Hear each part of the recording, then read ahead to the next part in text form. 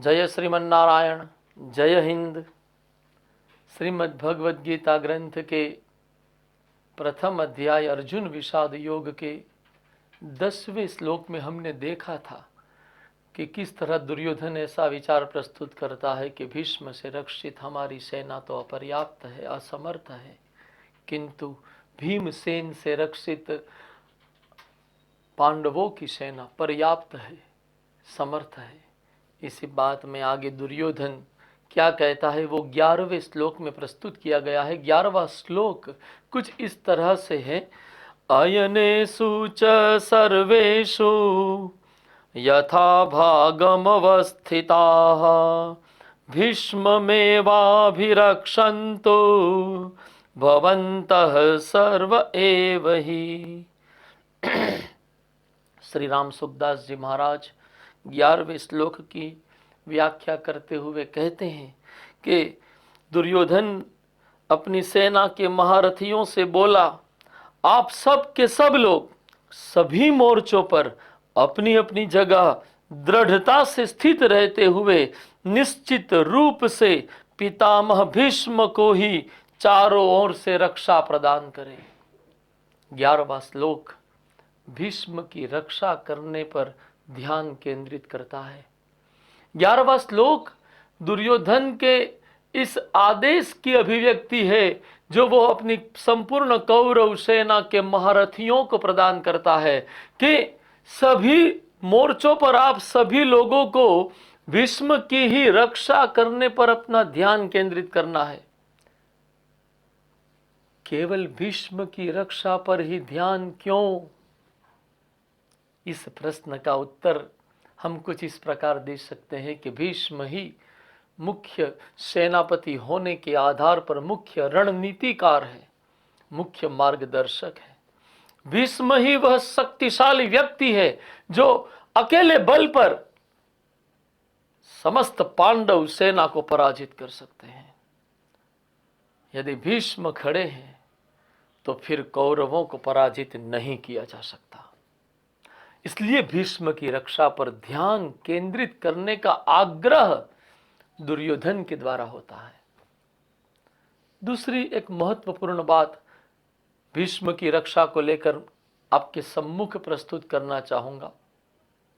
सभी विद्वान इस बात को प्रस्तुत करते ही हैं कि भीष्म ने दुर्योधन को इस बात से सूचित किया था कि शिखंडी पूर्व जन्म में एक स्त्री, एक महिला था, अतएव यदि वह शिखंडी पांडव सेना में रहते हुए जब भीष्म के सामने आएगा तो भीष्म उस पर वार नहीं करेंगे, प्रहार नहीं करेंगे।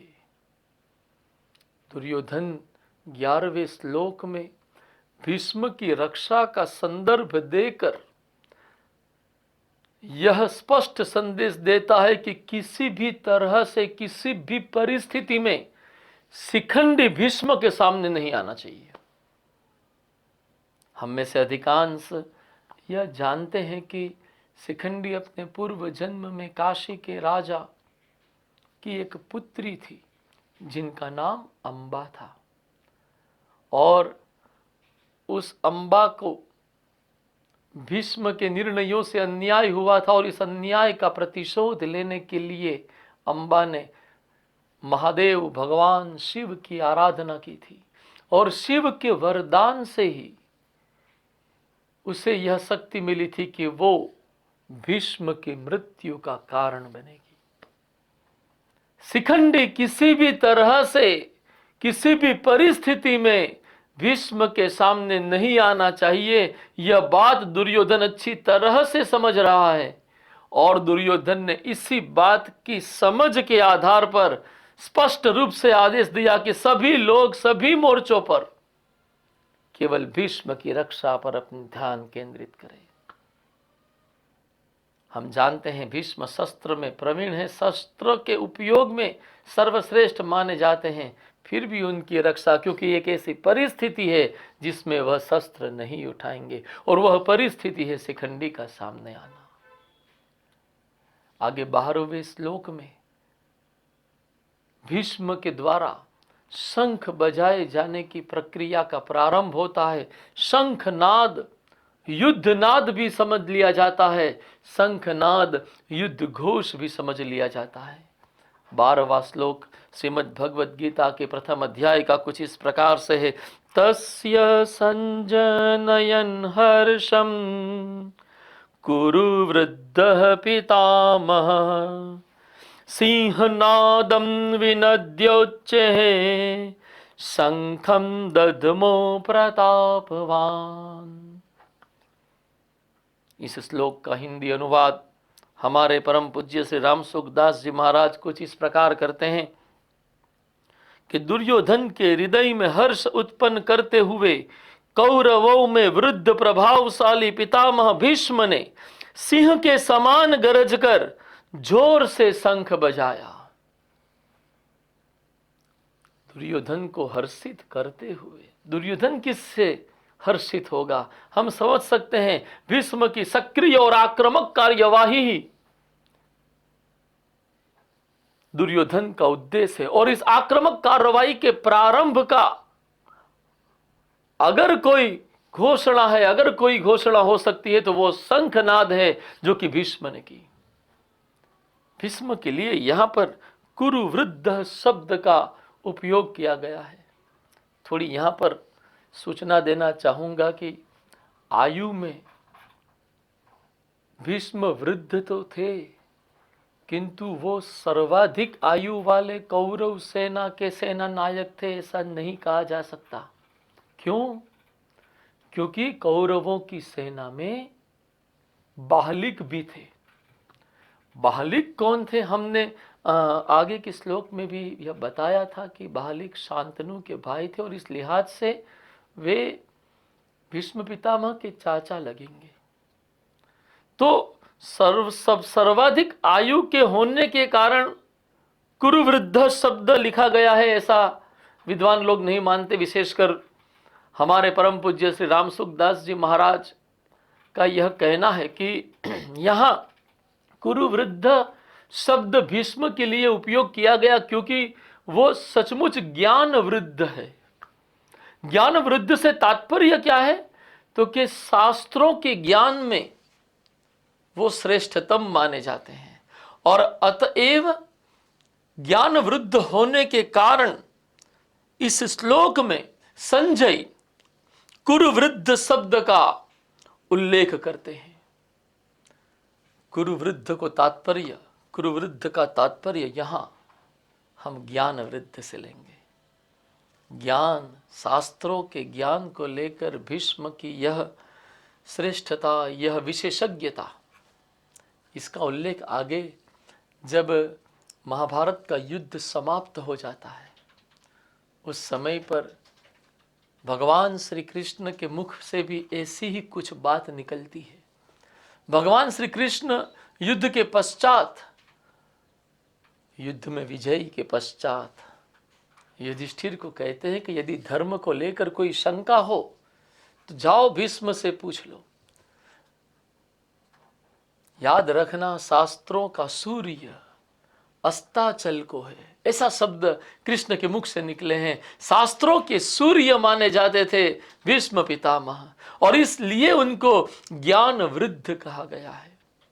दुर्योधन को हर्षित करते हुए यह सिंहनाद तो किया और उसी सिंहनाद के साथ जब शंखनाद हुआ और शंखनाद के साथ कौरव सेना ने यह संदेश प्राप्त कर लिया कि अब युद्ध की घोषणा हो चुकी है। स्वयं महासेनापति भीष्म पितामह ने शंखनाद किया है और इसके फलस्वरूप 13वें श्लोक से हम देखते हैं कि कौरव सेना के अन्य सभी जो वाद्य लेकर खड़े हैं योद्धा, वो सभी अपने अपने वाद्य का नाद शुरू कर देते हैं। 13वां श्लोक कुछ इस प्रकार से है, आपके सम्मुख प्रस्तुत करूंगा। श्री राम सुखदास जी महाराज की पुस्तक से ही आपके सम्मुख में अपने विचार प्रस्तुत करने का साहस कर रहा हूं, विनम्र साहस है ये। 13वां श्लोक कुछ इस प्रकार है। ततः शंखाश्च भैर्यश्च पणवानक गोमुखाः सहसैवाभ्यहन्यन्त सशब्दस्तु मूलो भवत्।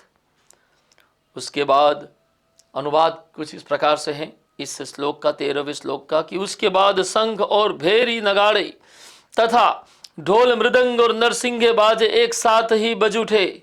उनका जो यह नाद था, जो यह शब्द था, वह बड़ा भयंकर हुआ समग्र सेना से। भेरी हम नगाड़े को कहते हैं, भेरियश्च शब्द है, पणव शब्द, पणवानक गोमुखा, ऐसा शब्द भी 13वें श्लोक में आया है, जो ये बतलाता है कि पणव नाम का एक ढोलक है और वह ढोलक बजाना किसी कार्य के प्रारंभ में वो गणेश जी की आराधना करना जैसा ही है। और इसलिए किसी कार्य में विजय मिले, शुभ फल प्राप्त हो, इस आधार पर पणव का बाजा बजाया जाता था। यहाँ पर भी पणव को बजाया कौरव सेना ने। और जो गोमुखा शब्द है वो नरसिंह नाम के एक वाद्य को बतलाता है, जो सांप के आकार का है और जिसे मुंह से बजाया जाता था। इस तरह के विभिन्न वाद्यों के वादन से भयानक ध्वनि उत्पन्न हुई और कौरवों की यह भयानक ध्वनि पांडवों के लिए यह संदेश थी कि अब युद्ध घोष हो चुका था। और अब यह युद्ध घोष हो चुका है और इस युद्ध घोष के प्रत्युत्तर में पांडवों ने भी शंखनाद का प्रारंभ किया। अर्जुन विषाद योग के 14वें श्लोक से पांडवों के द्वारा किया जाने वाला शंखनाद शुरू होता है। 14वां श्लोक कुछ इस प्रकार है, ततः श्वेतेर्हयैर्युक्ते महति स्यन्दने स्थितो माधवः पांडवश्चैव दिव्यौ शंखो प्रदद्मतु। इस 14वें श्लोक का अनुवाद परम पूज्य श्री राम सुखदास जी महाराज कुछ इस प्रकार करते हैं कि इसके पश्चात सफेद घोड़ों से युक्त महान रथ पर बैठे हुए लक्ष्मीपति भगवान श्री कृष्ण और पांडुपुत्र अर्जुन ने भी दिव्य शंखों को बड़े जोर से बजाया। प्रारंभ होता है 14वें श्लोक का वो कुछ इस तरह से कि पांडवों की सेना से शंखनाद का प्रारंभ कृष्ण और अर्जुन करते हैं। कौन से शंख बजाए कृष्ण और अर्जुन ने, आगे 15वें श्लोक में इसी बात का उल्लेख मिलता है। पांचजन्यम ऋषिकेशो देवदत्तम धनंजयः पौंड्रम दध्मो महाशंखम भीम कर्मावृकोदरः।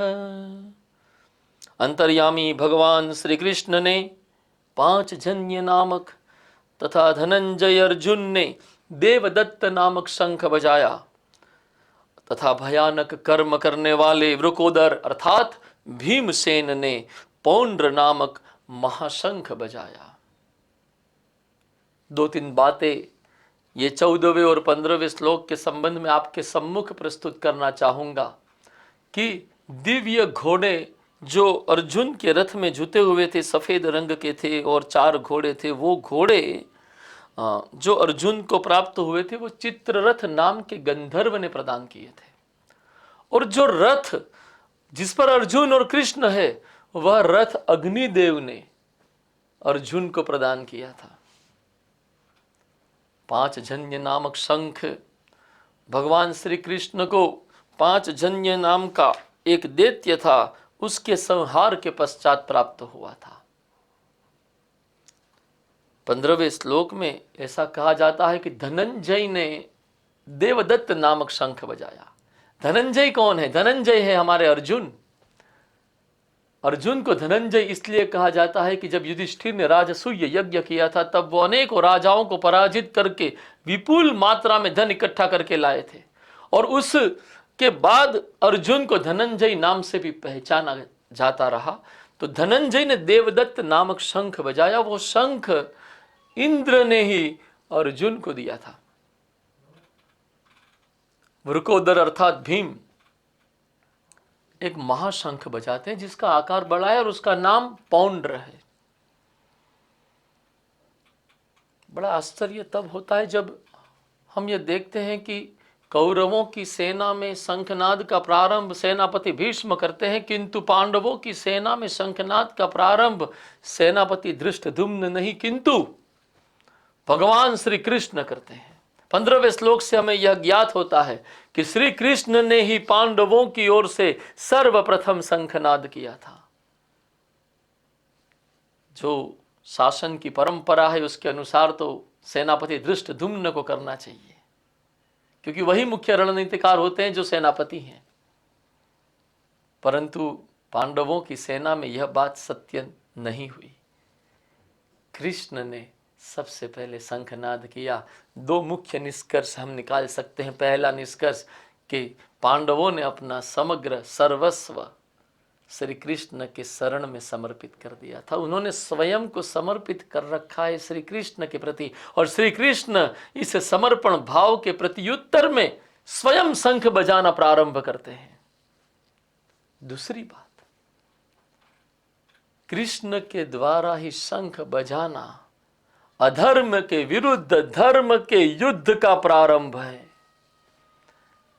यदि युद्ध को प्रारंभ करने का उत्तरदायित्व कौरवों की सेना की ओर से भीष्म के शंख बजाने के बाद हम माने कि उत्तरदायित्व उन्होंने ही शुरू की, उत्तरदायित्व उनका माने, तो इस अधर्म की कार्यवाही का धर्म के माध्यम से अगर जवाब देना है तो वह जवाब स्वयं ईश्वर, स्वयं परमात्मा श्री कृष्ण देते हैं। इसलिए भी शंख सर्वप्रथम भगवान श्री कृष्ण के द्वारा ही बजाया गया। यहां पर एक चीज यह भी कहना चाहूंगा कि धृष्टद्युम्न भले ही सेनापति हो, युधिष्ठिर भले ही राजा बनने वाले हो या इंद्रप्रस्थ के राजा रहे हो, परंतु जहां तक महाभारत युद्ध का प्रश्न है, पांडव सेना में मुख्य रणनीतिकार, मुख्य नेतृत्व, मुख्य योजनाकार पांडव सेना की ओर से श्री कृष्ण ही थे।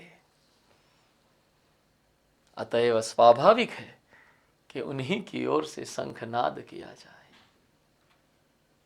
भारतीय इतिहास में ऐसी कई घटनाएं हैं जहां पर जो मुख्य राजा है या जो मुख्य सेनापति है या जो मुख्य योद्धा है, उसके साथ ही एक ऐसे व्यक्तित्व का जुड़ाव दिखता है जो मुख्य रणनीतिकार है, मुख्य योजनाकार है। महाभारत युद्ध का जहां तक सवाल है, हम देख सकते हैं पांडव सेना में कृष्ण यही भूमिका निभा रहे हैं। ऐसा ही तो कुछ मौर्य युग में हुआ। नंदवंश के अत्याचारी और अन्यायपूर्ण शासन के विरुद्ध कौटिल्य नामक एक महान चिंतक ने विद्रोह कर दिया, और इस विद्रोह का प्रतिनिधित्व चंद्रगुप्त मौर्य ने किया। चंद्रगुप्त मौर्य वो योद्धा है जो युद्ध लड़ रहे हैं, और चाणक्य अथवा कौटिल्य वह रणनीतिकार है, वह चिंतक है जिन्होंने इस युद्ध को, इस संघर्ष को दिशा प्रदान की, जिन्होंने नंदवंश के शासन को समाप्त करने में निर्णायक भूमिका निभाई। हाँ, आज के युग में हम हमारे स्वतंत्रता संघर्ष को भी यदि देखें तो हमें यही बात सही प्रतीत होने लगती है कि जब हम देखते हैं कि स्वतंत्रता संघर्ष के दौरान मुख्य संस्था के रूप में कांग्रेस रही, जो संघर्ष का नेतृत्व कर रही थी। इसी कांग्रेस में जो भी अध्यक्ष रहे, जो भी सदस्य रहे, जो भी कार्यकर्ता रहे, सब के सब गांधी जी के विचार, गांधी जी की योजना, गांधी जी के सिद्धांतों पर आगे बढ़े। गांधी कांग्रेस में किसी भी पद पर नहीं थे। 1924 की बेलगांव कांग्रेस का जो अधिवेशन है, जो सम्मेलन है, कांग्रेस का वह सम्मेलन एक अपवाद मान ले तो गांधी कोई महत्वपूर्ण पद पर नहीं रहे। फिर भी गांधी ही मुख्य रणनीतिकार है। गांधी ही स्वतंत्रता संघर्ष को दिशा प्रदान करने वाले नेता हैं। इसीलिए तो सुभाष चंद्र बोस और गांधी के बीच वैचारिक मतभेद होने के बावजूद स्वयं सुभाष चंद्र बोस उन्हें राष्ट्रपिता कहकर पुकारते हैं। सुभाष जी का यह व्यक्तित्व, सुभाष जी की त्यागशीलता, सुभाष जी के विचारों की यह उदारता, हम सभी परिचित हैं उनसे। सुभाष चंद्र बोस ने गांधी को राष्ट्रपिता कहा। क्यों? क्योंकि भारत नाम के राष्ट्र के निर्माण में गांधी जी महत्वपूर्ण भूमिका निभा रहे थे। गांधी जी का यह योगदान आज भी हमारे लिए एक प्रकार से प्रेरणा है, और हम भी भारत राष्ट्र की एकता और अखंडता के लिए हम स्वयं को समर्पित करके जी रहे हैं। आगे 15वें श्लोक के पश्चात 16वें श्लोक में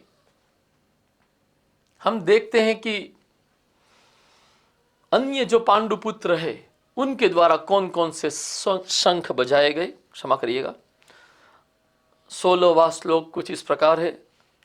अनंत विजयम राजा कुंती पुत्रो युधिष्ठिरः नकुलः सहदेवश्च सुघोष मणिपुष्पको।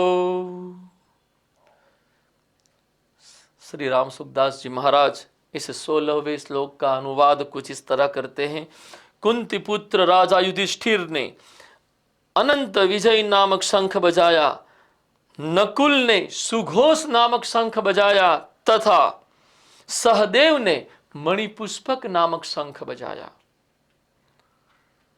यहां पर भी संजय के मुख से जो युधिष्ठिर के लिए शब्द निकला है वो है राजा युधिष्ठिर। हमने आगे के एक श्लोक में देखा था वो राजा दुर्योधन भी कहते हैं, अभी यहां पर वो राजा युधिष्ठिर कहते हैं। राजा युधिष्ठिर ने अनंत विजय नाम का शंख बजाया।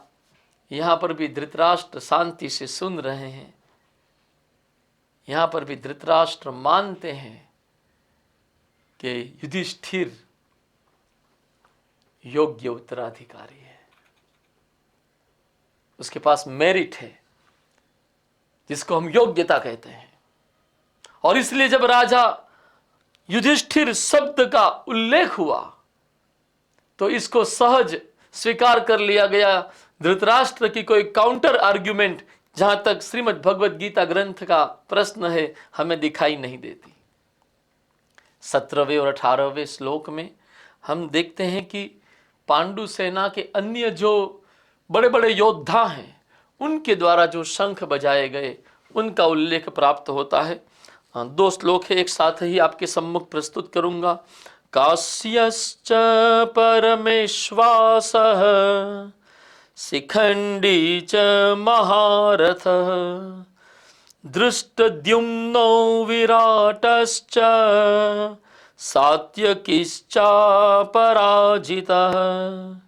द्रुपदो द्रौपदेयाश्च सर्वशः पृथिवीपते सौभद्रश्च महाबाहु शंखान् दद्मुः पृथक पृथक। इसका अनुवाद परम पूज्य श्री राम सुखदास जी महाराज कुछ इस प्रकार करते हैं कि संजय कहते हैं, हे राजन, धृतराष्ट्र को कहते हैं, हे राजन, श्रेष्ठ धनुष वाले काशीराज और महारथी शिखंडी तथा धृष्टद्युम्न एवं राजा विराट और अजेय सात्यकी, राजा द्रुपद और द्रौपदी के 5 पुत्र तथा लंबी लंबी भुजाओं वाले सुभद्रा पुत्र अभिमन्यु, इन सभी ने सब ओर से अलग अलग अपने अपने शंख बजाए। कुल मिला के हम देखते हैं कि 15वें, 16वें, 17वें, 18वें इन 4 श्लोकों में पांडव सेना की ओर से ऐसे 18 नामों का उल्लेख हुआ है जो शंखनाद करते हैं। इसके पश्चात 19वें श्लोक में संजय आगे कहते हैं, सघोषो धार्तराष्ट्राणाम हृदयानि व्यदारयत् नभश्च पृथिवीं चैव तुमुलो व्यनुनादयन्। और पांडव सेना के उस भयंकर शब्द ने आकाश और पृथ्वी को भी गुंजाते हुए अन्याय पूर्वक राज्य हड़पने वाले दुर्योधन आदि के हृदय विदीर्ण कर दिए। कौरव सेना के योद्धाओं के हृदय विदीर्ण हुए हैं, ऐसा 19वें श्लोक में संजय धृतराष्ट्र को बताते हैं। डर जब अपने शिखर पर होता है तो हृदय का विदीर्ण होना स्वाभाविक परिणाम बन जाता है। अन्याय, दुराचार और अनीति के राह पर चलते हुए दुर्योधन का हृदय खोखला पड़ चुका है। वो भीतर से खोखला है। उसको पता है कि मुंडकोपनिषद में प्रस्तुत हुआ यह सिद्धांत, यह आदर्श कभी गलत नहीं हो सकता कि सत्यमेव जयते। उसने गलत किया है, अतएव उसके हृदय में भय है, डर है। और इस डर से ही जब यह नाद हुआ तो उस नाद से उन सभी के हृदय विदीर्ण हो गए। एक बात यहां पर आप सभी का ध्यान आकर्षित करना चाहूंगा कि हमारी संस्कृति में ऐसा कहा जाता है कि प्राणी जगत में, मनुष्य से लेकर सभी प्राणियों की बात है, वनस्पति की बात नहीं कर रहा हूं, प्राणी जगत में आहार मतलब भोजन, भय, मैथुन और निंद्रा, ये 4 वृत्तियां देखी जा सकती है। ये ऐसी वृत्तियां हैं जो प्रत्येक प्राणी में होगी और जो जहां तक मनुष्य का सवाल है, यदि वह सात्विकता के मार्ग पर चलता है तो ये चारों वृत्तियां उनके नियंत्रण में आ सकती है। आहार, भय, मैथुन और निंद्रा पर नियंत्रण प्राप्त करना वस्तुतः अपनी इंद्रियों पर नियंत्रण प्राप्त करना है। और अपनी इंद्रियों पर नियंत्रण प्राप्त कर लेना, अपने इंद्रियों पर प्रभुत्व प्राप्त कर लेना ही स्वयं के ऊपर स्वयं का विजय है। कहते हैं ना कि विश्व विजय की सिकंदर की महत्वाकांक्षा सफल इसलिए नहीं हुई कि वो कम शक्तिशाली था या उसकी सेना कमजोर थी। सेना कमजोर थी, इस बात को मैं इसलिए यहां पर प्रस्तुत कर रहा हूं क्योंकि सिंधु के तट पर जब सिकंदर ने आह्वान किया कि आओ गंगा के तट पर भी युद्ध करेंगे, तब सैनिकों ने आगे बढ़ने से इनकार कर दिया। कुछ विद्वान मानते हैं कि नंद वंश का साम्राज्य यहां पर था जो इतना शक्तिशाली था जिससे डर कर सिकंदर की सेना ने आगे बढ़ने से इनकार कर दिया। जबकि कुछ विद्वान ऐसा भी मानते हैं कि वो सैनिक थक चुके थे और आगे बढ़ना नहीं चाहते थे। जो भी हो, सिकंदर विश्व विजेता बनने का लक्ष्य रखता है परंतु विश्व विजेता बनने में सफल नहीं है। हाँ, यह कहेंगे कि जहां तक किसी भू क्षेत्र को विजित करने का सवाल है, सिकंदर ने उस समय अपने समय में बहुत बड़े भू क्षेत्र को विजित कर लिया था, इसमें इनकार नहीं। परंतु विश्व विजय कर लिया, यह बात मानना कठिन है। विश्व विजय करना है तो सर्वप्रथम स्वयं पर विजय प्राप्त करो। स्वयं के मन में जो विकार है, जो विकृतियां हैं, तुलसीदास जी महाराज के शब्दों में बोलूं तो जो कुमति है, उस कुमति पर प्रभुत्व प्राप्त करो, उस कुमति पर विजय प्राप्त करो। आत्म विजय से विश्व विजय की प्रक्रिया का प्रारंभ करो। हो सकता है तब सचमुच आप विश्व विजयी कर ले जाओ। हम शंकराचार्य जी को जगत गुरु कहते हैं, गौतम बुद्ध को तो यूरोपियन कहते हैं, लाइट ऑफ एशिया है।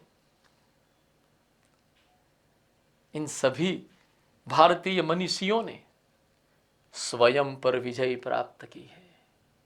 महावीर शब्द आया ही क्यों? हम सनातन परंपरा में हनुमान जी को महावीर कहते हैं। अरे वो व्यक्ति जो अपनी साधना पर अटल है, अपने संयम पर अटल है, वो महावीर है। जैन धर्म में वर्धमान को महावीर कहा गया। स्वयं की इंद्रियों को, स्वयं की वृत्तियों को जब हम अपने नियंत्रण, अपने प्रभुत्व में ले लेते हैं, तो निश्चिंत मानिए कि हम विजय की उस प्रक्रिया का प्रारंभ कर देते हैं जहां पर निर्भयता, निर्मलता और आत्मशक्ति के आधार पर विश्व विजय भी संभव बन जाता है। शंकराचार्य को जगत गुरु कहना इसी बात की तो अभिव्यक्ति है। यहाँ पर आज के युग में हम देखते हैं कि अनीति, अन्याय और दुराचार बढ़ते जा रहे हैं। जिस तरह से जनसंख्या बढ़ रही है उसके अनुपात में देखें तो अपराध की वृद्धि दर जनसंख्या वृद्धि दर से ज्यादा है, और इसीलिए लोगों में असुरक्षा बोध बढ़ रहा है। और इस असुरक्षा बोध के फलस्वरूप लोग साधन शुद्धि के आदर्श को भूल चुके हैं। मैं सभी लोगों की बात नहीं कर रहा हूं, लेकिन हमारे समाज में ऐसे कई लोग हैं जिनको साधन शुद्धि की अब परवाह नहीं रही। और इसी के फलस्वरूप तो हम देखते हैं कि भ्रष्टाचार में हमारे देश में कितने बड़े ऊंचे स्तर का संकट खड़ा कर दिया है।